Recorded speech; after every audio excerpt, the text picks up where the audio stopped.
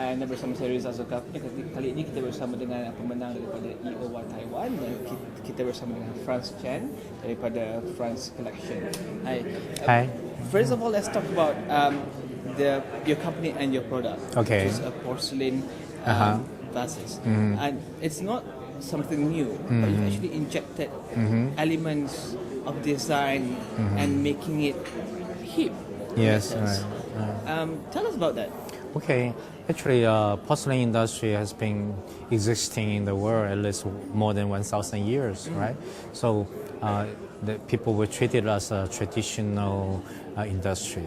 I think that is because they are facing a bottleneck about the technique, whether they can break it through. But the technique side, actually, our Franz collection did break it through.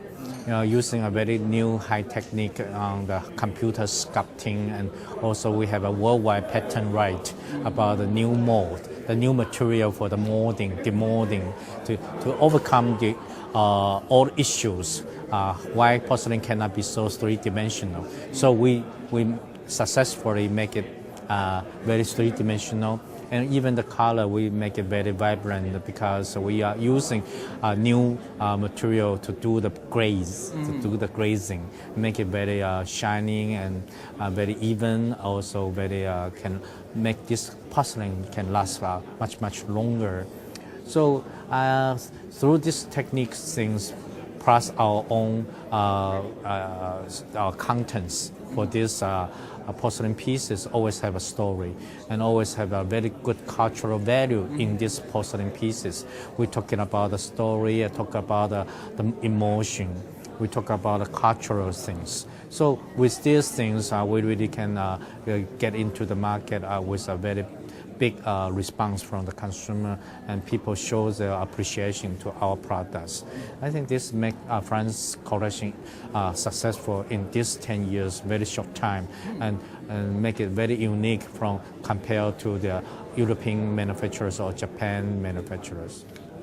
You've also employed, or you've also worked together with other designers. Yes. Italian designers, if I'm not mistaken. Sure.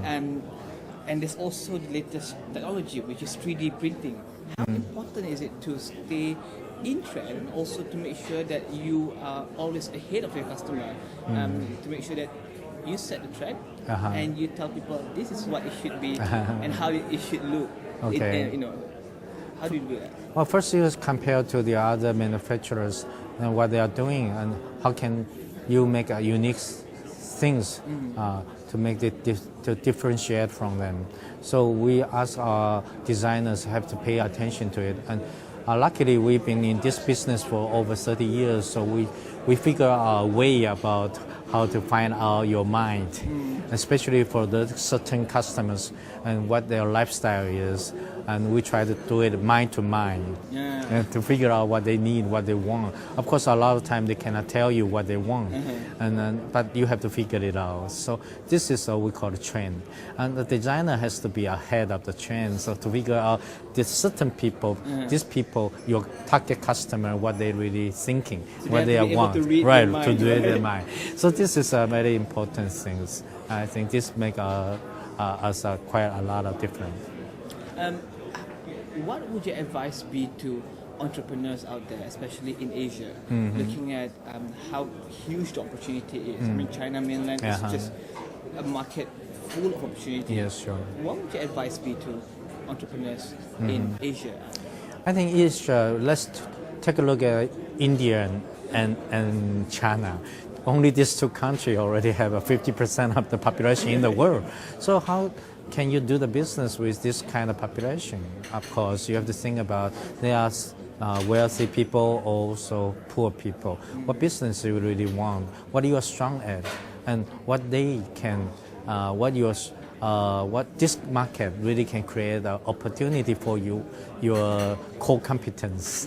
And so, of course, there are many competitors for sure. But if you get into these emerging markets, how can you survive over there.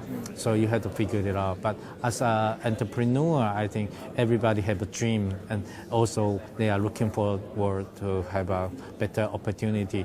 But I do believe that emerging markets, especially the Asian side, is a very good chance for you to get in.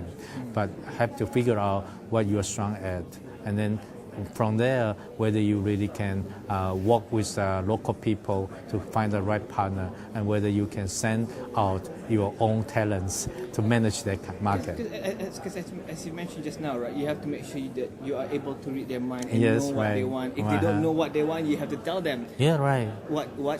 this is what you want. Yes. Yeah. This is very important. I think a lot of people, when they are not short of money, and they nearly have everything, but they still want something, but they don't know what, right? They have money to spend, but they don't know what to spend on. Yeah. This is the designer for, or a so-called a company who are a trend leader. They have to figure out. Okay, thank you very much, Thank Mr. you. Franz. That was a very interesting interview, and we wish you the best of luck. And thank you very much. And we look forward to see and hear more from Franz Blackshed. Thank you very much. Thank you. Thank Jadi you. Franz Chen daripada Taiwan, yang kita akan berehat kembali bersama Awani. Saya Rizal Sukapli melaporkan untuk Astro Awani daripada Monte Carlo. Okay. Hai, anda bersama saya Rizal Sukapli. Ketika ini bersama dengan Michael Wu, pengurusi dan juga ketua pengarah Hong Kong Maxim, dan beliau adalah pemenang daripada China Hong Kong dan juga Macau. Hi Michael, thank you for joining us today. Now, first of all, let's talk about the business itself, food industry. I'm sure it's doing well right now, and maybe you can share with us the growth story and how you come about to be in this stage right now. Well, Maxim's is primarily a restaurant company. We're based in Hong Kong with presence in China, and we just started Vietnam. We're in Chinese restaurants, Western restaurants, bakeries, fast food. We're the exclusive franchisee of Starbucks in certain territories, Hong Kong, Macau, and Vietnam. As well, we have a sushi chain called Genki Sushi. Our company's focus primarily in the past 10 years since I've taken over was primarily we're focusing on building brands which appeal to the younger generation who are concerned about lifestyle and also quality and premium brands. So that's our focus, and we have about 650 outlets in Hong Kong. We've started expanding into China a few years ago, where we have 100 and so outlets already. Our main expansion is in first-tier cities in China, so Shenzhen, Guangzhou, Shanghai, Beijing. We're to all these cities by the end of this year. And slowly we'll be expanding into all the second-tier cities into China as well. Let me get this right. 650 outlets in Hong Kong itself. That's right. How do you manage? I'm sure you have to have the right pool of human capital to actually manage this huge expansion in Hong Kong, in China, and also in Vietnam. How do you do that? Well, we employ 17,000 people in Hong Kong. Hong Kong's a very small place, but it's a very international city.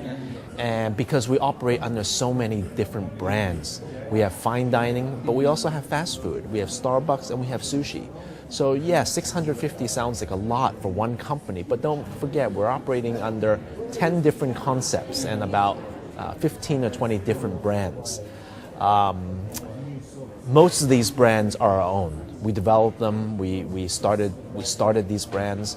Certain brands like Starbucks and Genki Sushi and the Pudu Ramen we franchised. But by and large, we like to do our own brands. And how do you see entrepreneurship in Asia? Because with lots of opportunity, especially with huge markets such as Hong Kong, Indonesia, and India, what would your advice be to entrepreneurs out there who wants to go out and go big? Well, first of all, Hong Kong as a city, there's a lot of entrepreneurs. Most of them, however, are in the property and trading, finance-related fields, because Hong Kong is a hub for that, and also it's very, very difficult to start a business in Hong Kong. Costs are very high, and manufacturing has shifted away to China and now Vietnam and Bangladesh. So I'm very honored to be in Monte Carlo now, representing Hong Kong as an entrepreneur and winning this Entrepreneur of the Year award. And I'd like to set an example for entrepreneurs that it is possible, despite the challenges, it is possible to set up a business in Hong Kong and to prosper from it and to grow it into China and beyond Asia. To become an entrepreneur, you have to go through lots of challenges, I'm sure, right? What would your one advice be to entrepreneurs out there? That one advice that will make or break the entrepreneur? Don't have any assumptions on how your business is going to go forward, because when you plan something, you're going to assume certain things. And I guarantee you, any entrepreneur, a few years down the road, their initial idea will have completely changed due to customer demands, due to trends, due to new technology. So the key to a successful entrepreneur is to be able to adapt to all these changes in market and consumer demands, and then make the right decisions on how the business is going to go forward.